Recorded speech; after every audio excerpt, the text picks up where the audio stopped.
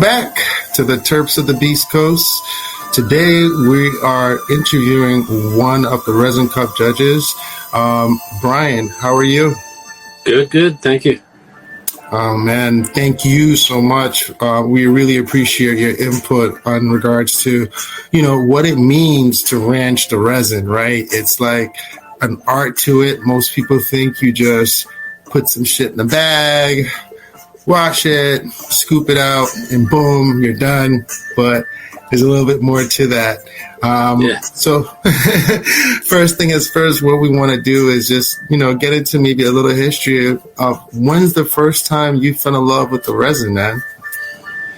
Oh, geez, man. I started growing a long time ago and making hash not so long ago. But all along, resin has kind of been there. It's just been that undiscovered territory that now that everyone's kind of looking more at, doing things without solvents, I'm starting to become more interested. And that's when I started getting more into it is when solventless kind of started taking on right about 4 or 5 years ago. I started jumping into it and really, really enjoy it. Nice. So when you partake in the resin, do you prefer what we call old school craft, or are you more of the new age craft in regards to the resin?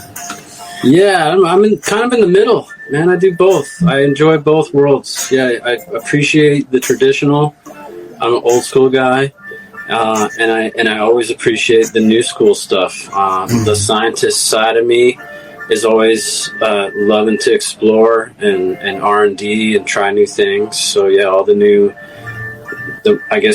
high end rosin really is that product, and I enjoy that very much as well. It's a more clean product. So as I think you age in your smoking years, you kind of need to change what you're smoking. You can't smoke the heavy stuff you used to smoke when you were a kid. Your lungs can't take it. Gotcha. And a dab will do you. Just a small dab will do you. And that's the small dab, real clean, no plant material. Yeah. The paraphrase of when I first heard that, a dab will do you, you're like, well, huh? And so lies the truth. A little dab will do you all the time. So let's talk about terps. What's your favorite terpene profile when you're ranching your resin, man? Are you like earthy, lavender, sweet, candy, citrus? What are we? Licorice? Yeah. I appreciate them all, man. I'm like a terp hound, so I really like having a variety. Like I'll show you my counter here. There's 10 different rosins right here, just to appease all those different flavors. I like different things at different times of the day, But I think ultimately it's probably the sweeter candy profiles that I do enjoy the most. Nice. I got a sweet tooth. You got a sweet tooth. So then, as far as strain related, what out of your top 3 strains, which one do you like ranch in regards to your top 3? The strains that I love are the worst washers, honestly. Skittles.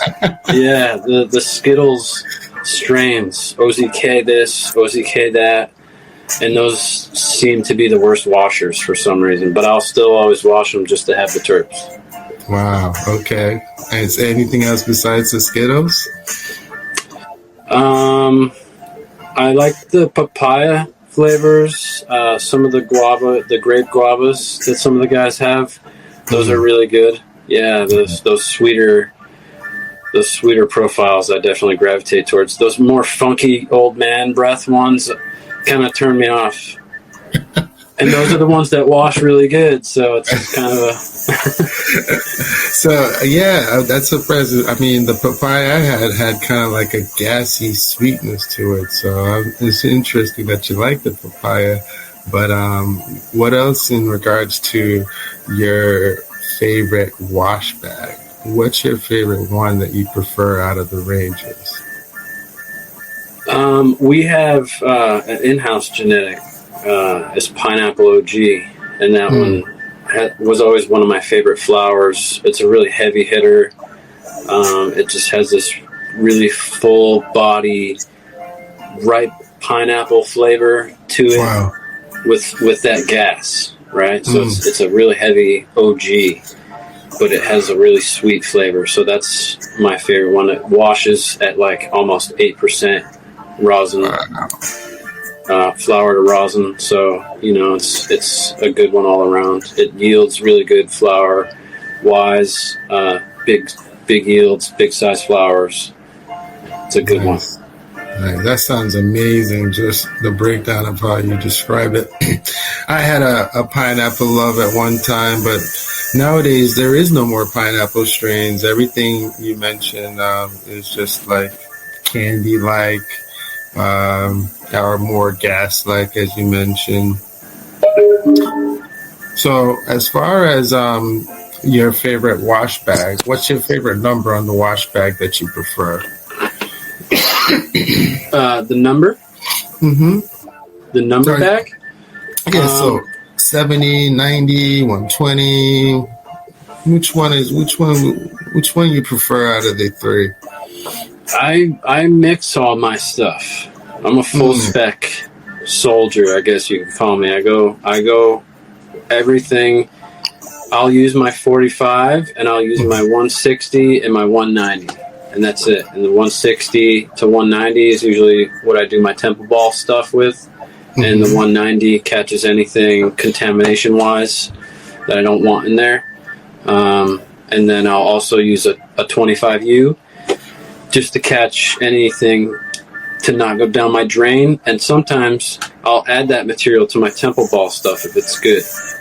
Wow. So you just answered, because I had a discussion with another judge, and he was like, man, nobody's doing any full spec. What are they talking about? If 25's not in there, there's no full spec. So you mentioned it. So, hats off to you on that, Brian. Thank you so much. That's the way I do it. You could add the 25U in. Sometimes it goes back into the rosin too, if it's a good bag. It depends on your wash. Usually it's mostly contamination. You don't want to add it, but food grade or temple balls. Nice. And then, so as far as method of drying, are you a big fan of the freeze dryer or air dry? Yeah, freeze dryer has always been. I mean, I did some air drying stuff, but freeze dryer is definitely the way that I work, because I'm trying to go for as high quality as possible with everything. So I made that investment early on, and I saw the difference right away. Nice. Yeah, so, and then when it comes to freeze dry, you have any tips on it? Because I'm still struggling with it, as far as what's the longest time you think somebody should run when they're drying? And I know it varies from how much you have in a tray and, how much wetness is in there, but just the proximity as far as what's the amount you would never run a batch for, like the longest for. I don't think there's too long of a time. You just have to run it until it's dry. But I typically don't run mine for more than like 14 to 16 hours at a time. And the way you accomplish that is by making sure that when you're scooping that stuff out of the bag, it's not full saturated, soup. It's got to be more like thicker pudding. Pudding consistency. Right? Gotcha. Just enough to where it can level out, and you want to have it as level on that tray as evenly as possible, as small of a layer as possible. The thicker the layer, the more time it's going to take to dry. You have like one patty on one side of the tray that's a big thick patty. It's going to be tough to dry, versus if that was a spread out patty, it's going to dry quick. I gotcha. Thank you so much, man. So as far as when it comes to your growing practices, are you more like a organic guy or more of a salt guy? What was that? When it comes to your grow practices, if you grow at all, or your preference of flower when it's growing or whenever you're going to run your resin, do you prefer the flower to be organic or salt, or it doesn't matter to you? Yeah, I definitely noticed a big difference on the different growers. I still do grow a bit. I got more out of it when I had my kids because it's just too complicated with life. Gotcha. Yeah, if you have a big facility that's outside of your family life, then it's easier to manage that. But when it's involved, I try to, not do too much of it. But the guys that I work with, I prefer the organic LED stuff because I do notice a big difference in trichome development, and that's as far as using LEDs. And in terms of terpenes, I do notice a difference with the organics versus the salts. They seem to be a little bit more, I guess, full body is a good term. Gotcha. There's just more of the flavor that's there is just more of it. It's more, it's multiplied, I guess.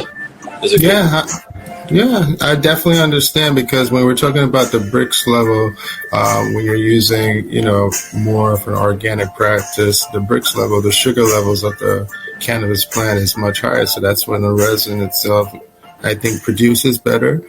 And you also get that more stickiness, and that's when the terpene profile is stronger. So, just, my personal opinion versus whenever you're doing what we call force.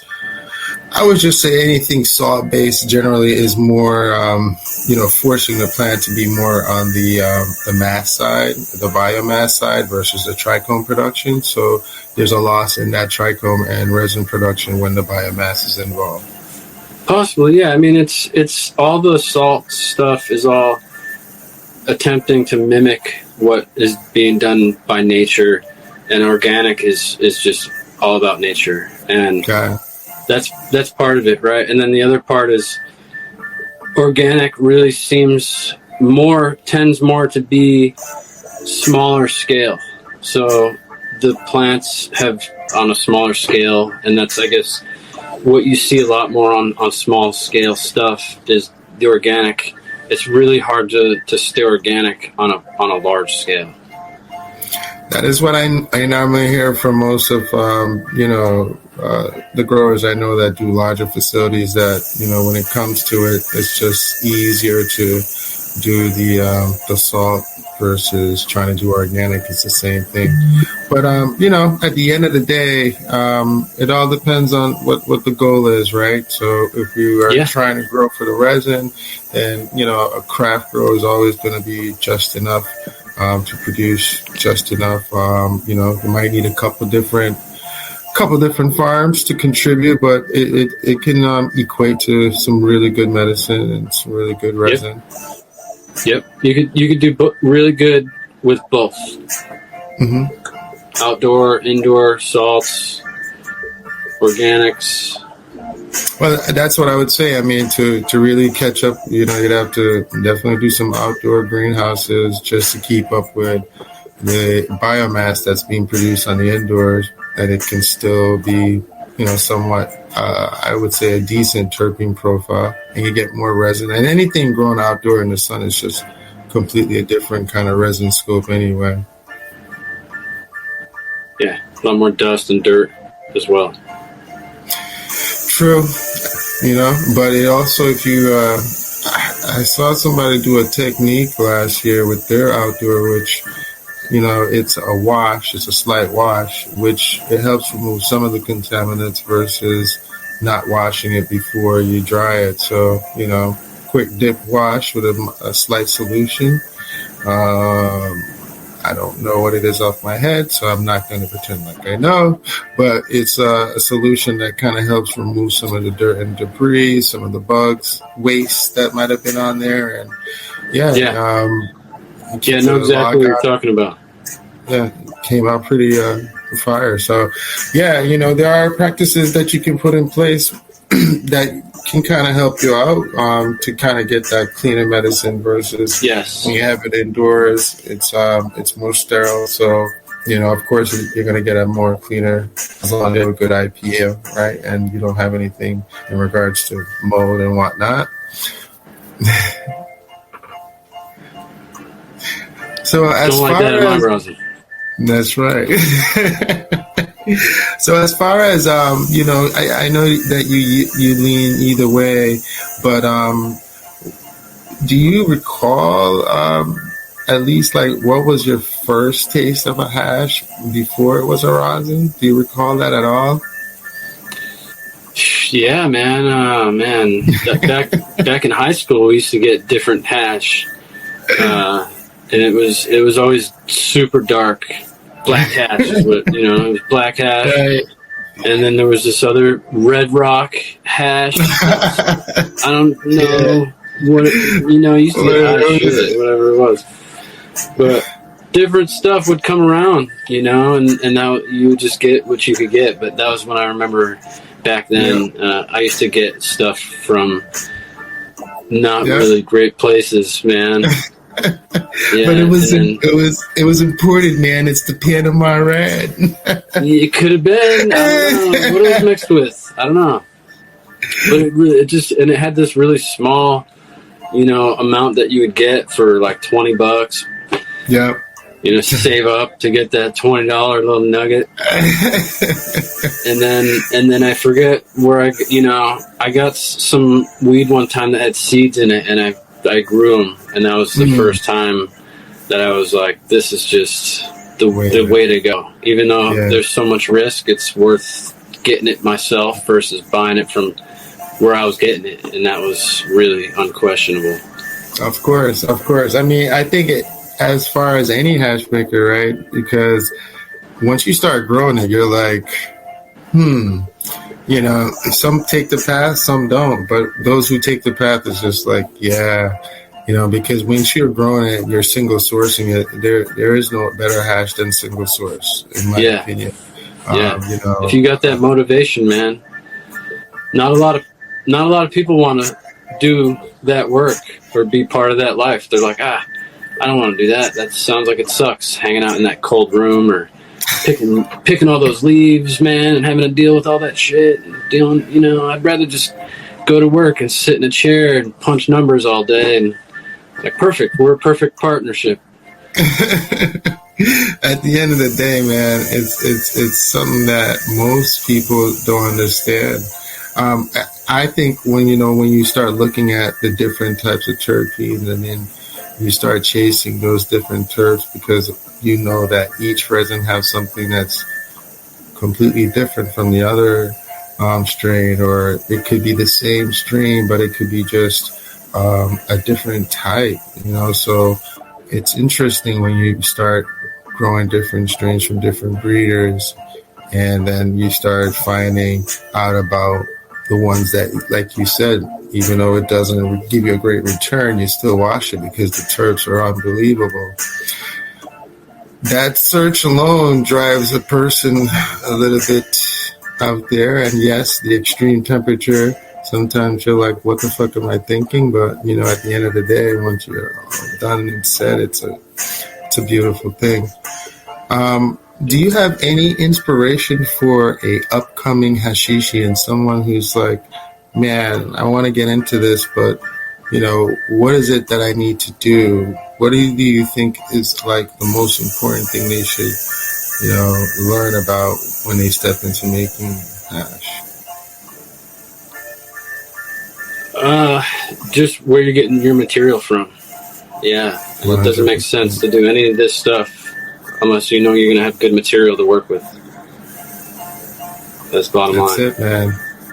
That's it. Yep. Whether you're going to get it for yourself or work with a farmer to get it from him or them, and then go from there. Yeah. And the next step from there, I would say, is your environment and your procedures, right? Educate yourself.